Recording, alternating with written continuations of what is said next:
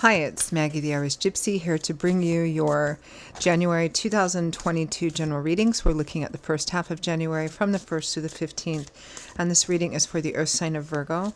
Welcome, everyone. I hope you all had a lovely Christmas and that you're transitioning into the new year well. I am recording these in the last 2 days of the old year. We are looking at the first 2 weeks of the new year. So thanks for taking the time to be here, for watching the video, for all of your likes, shares, subscribes, donations, feedback, comments, those of you who reach out for personal readings. I'm grateful for all of it. Thank you so much. So this reading is for Virgo for the first 2 weeks of January 2022. That's if your Sun, Moon, Rising, or Venus sign is in Virgo. It's relevant if you're cross-watching for a Virgo. It's a general reading, which of course means it's going to resonate a little differently for everyone depending on what's going on in your life and the specifics. So watch all of your videos, Sun, Moon, Rising, and Venus, if you know them, for any additional insight and perspective they may provide. And if you do find something resonates with you enough that you'd like to take a deeper look at something, reach out for a personal reading for yourself or as a gift for someone else. Click the description link below, that little arrow. You'll see my email address, maggie1mcguire@gmail.com. Please feel free to email me directly. I'd be delighted to hear from you. I can usually respond within the same day with more information. I do offer a wide variety of readings in all areas of life. And still quite popular right now, although you can order them any time of the year, are the 6 and 12-month overviews I do, which take a look in all the main areas of life for the next 6 or 12 months. A lot of people like to get those as we're moving into a new year, so keep that in mind. Okay, Virgo, let's see what the first 2 weeks of January have in store for you. I'm using the Tarot of Dreams, clarifying with the Gilded Tarot. We begin with the Eight of Cups, leaving, walking away, turning your back on something which may have started out to be something you thought you wanted, but turns out to be unfulfilling, or something that has run its course, or you're contemplating that. You could be somebody close to you. Leaving something unfulfilling, turning your back on something. With the Four of Wands, which traditionally is the happy home, marriage, weddings, events that include family and friends.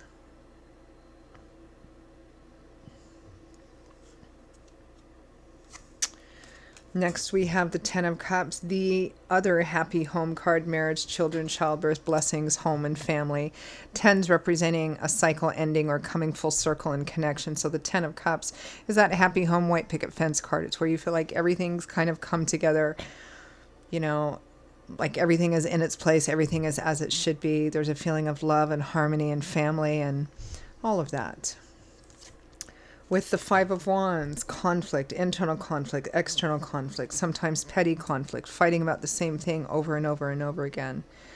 There's obviously some conflict going on within the home, within the marriage, within a relationship, within a family system, whether it's your immediate family or extended family. There's a sense of leaving, of walking away, or considering doing that. The Five of Wands likely implies, and the Eight of Cups likely implies, that there's some history here with whatever this unhealthiness is, or whatever the source of the conflict is. Next, we have the Six of Coins, paying attention to the balance of giving and receiving. It is often referred to as the breadcrumb card because it represents looking at whether the give and flow, or giving and receiving in any kind of relationship or situation, is even. Because it typically represents somebody who has a lot to give, but they only give crumbs when they want to, where they want to, when it's convenient for them. It's more about them than it is about the person they're giving to. With the Seven of Wands, defensive energy. You might be defending something defective simply because of the time and effort you've put into it, right? The Seven of Wands represents somebody who's guarding, protecting, defending that which they've put a lot of work or effort into. And again, it looks like a home, a family, a relationship of some kind. From the bottom of the deck, representing overall energy for the first 2 weeks of January, is the Hanging Man, so not taking action. The Hanging Man is a card that represents somebody who is gaining a different perspective by hanging upside down. They're not taking action even if they want to. They're not, because they're watching something playing out. And because they're seeing something from a different perspective, they may be picking up new information, right? This is watching something play out. Sometimes it can represent watching something, somebody doing something, they're not aware that you're aware of it. You know, you're kind of, in a sense, giving someone enough rope to hang themselves with. And I don't usually say that around this card, but it did come up. So that may be what some of you are doing. It's like you found something out about somebody, a relationship, something in the home or the family system, and you're keeping it to yourself. You're not acting on it yet, but you're watching, right?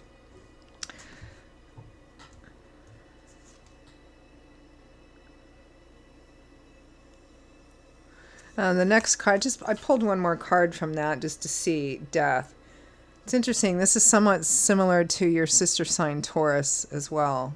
Some of these cards. Whether something has come to a final end, watching something head towards what you think is a final ending or conclusion.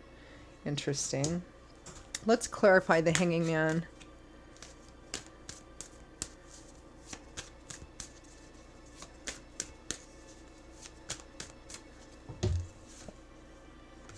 The Page of Swords, sometimes referred to as the spy of the tarot, because he gathers information, which is what pages typically do. Messages, messengers, they represent student apprentices. You know, they're in the process of gaining and acquiring knowledge and information. They can't yet take that and begin to physically manifest anything because they haven't evolved to the night energy yet. So the pages are in the process of gaining knowledge and information. And swords is governed by the element of air. So this is the page of air. And air governs our intellectual landscape. So the page of swords is the, you know, textbook traditional gatherer of information. So like there's this overall sense for the first 2 weeks of January, Virgo, of watching and waiting. Clarify the Eight of Cups. You know, the Eight of Cups represents leaving something that you don't find fulfilling or don't find fulfilling anymore because you're going off. The card after this, of course, would be the Nine of Cups, which is wish fulfillment, which is getting everything you want. So here in the preceding card, the Eight of Cups, somebody is turning their back and walking away, even though they may not be certain where they're going, because they're going in search of what they actually truly want. Clarify the Eight of Cups.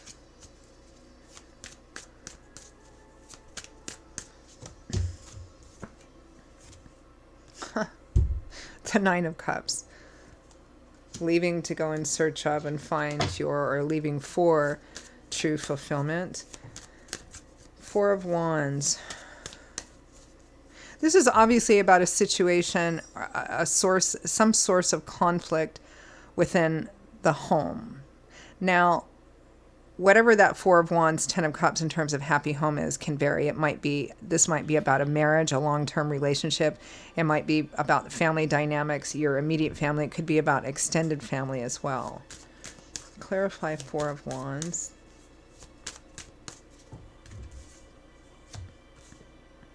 The Six of Cups and the Five of Cups. So the Six of Cups is a card of historical attachment, childhood, roots of origin, people, places, situation you have a historical connection with, a history with, right? The Five of Cups, regret, loss, grief over something that has been lost. There are two cups still upright and full, but someone isn't focused on that. They're only focused on what is. This may be a cyclical situation, meaning that whatever the source of the conflict is, it may be something that is a cycle, something that's been, you know, that's come up over and over and over again, and somebody here is leaving because they're fed up, or they're considering leaving, or they're in the process of leaving.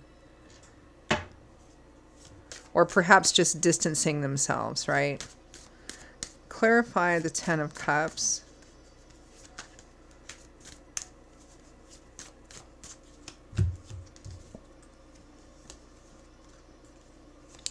The Two of Cups, this traditional soulmate. This is likely a relationship, probably a pretty close relationship, whether it's a love and romance relationship or best friend, kindred spirit relationship. The King of Wands, Leo, Aries, Sagittarius, Sun, Moon, Rising, or Venus. This is the other person relevant in the situation. Taurus also got this as well. The Six of Pentacles, again, with the Devil behind it.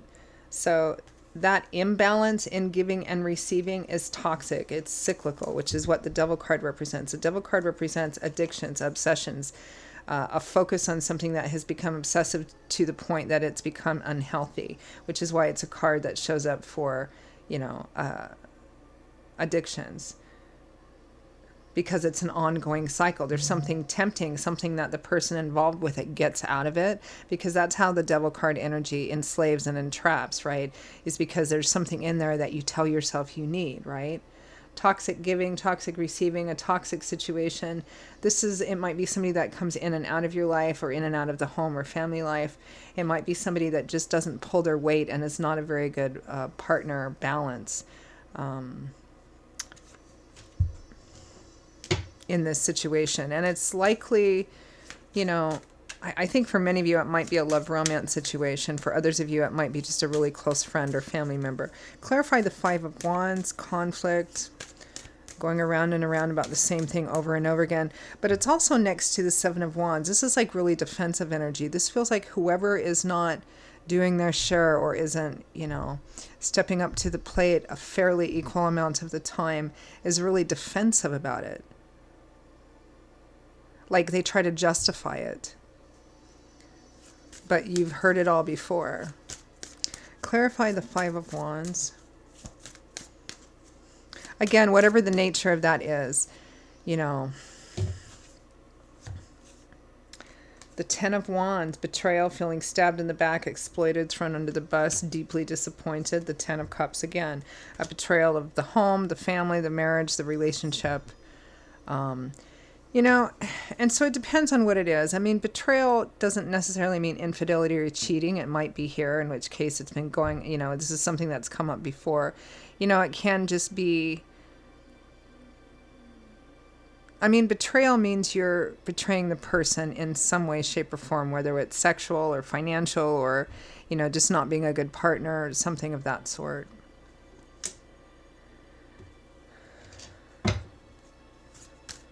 I'm amazed at how similar this is to Taurus's reading. Let's clarify that 6 of Coins.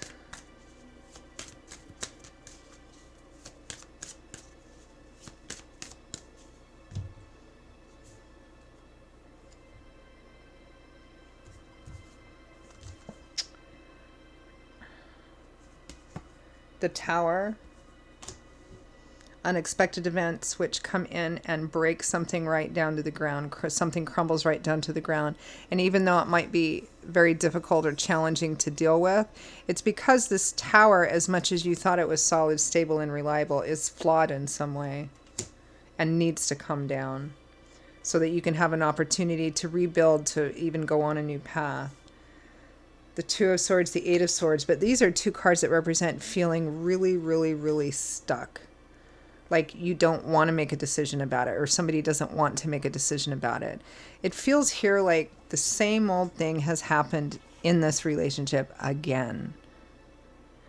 Maybe somebody's being defensive. Maybe somebody keeps saying, oh, if I just stay, they try and excuse the person's behavior, and oh, if they just stay, it'll change at some point. They'll wake up one day. It's like holding on to the illusion that something is going to work out, even though the Devil card, the Tower, the 10 of Swords represents or strongly indicates the energy of that something is just going to keep going on and on and on and on forever until somebody makes a decision to remove themselves, to get off the merry-go-round, basically. Clarify the 7 of Wands.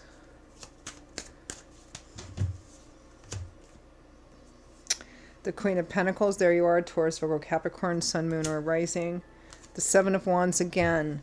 And the Lovers, a relationship at a crossroads, a decision needing to be made about a relationship. But it feels like you want to hold on, or somebody wants to hold on to the relationship in spite of everything. It's like, again, it's like somebody being betrayed over and over and over again, but every time they keep making excuses and they never make any changes. So it just keeps going on in the same cycle over and over and over again.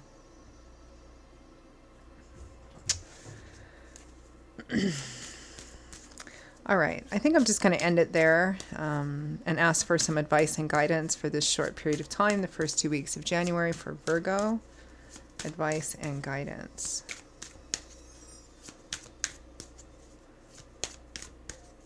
It looks like a difficult, challenging situation, and I think Most of us have been in a situation like this at one point or another where, you know, we love someone and we, even though they keep hurting us over and over and over again, or vice versa, we want so much to believe and to hold on to that connection that sometimes that makes us stay in a situation which actually makes us part of the problem of contributing to a negative cycle. And they're difficult to break. I understand that. This looks like one of those situations. But I feel like Spirit is really allowing this to happen right now so that you have the opportunity not to carry this fully into, you know, the new year. Advice and guidance. The Two of Wands, Judgment.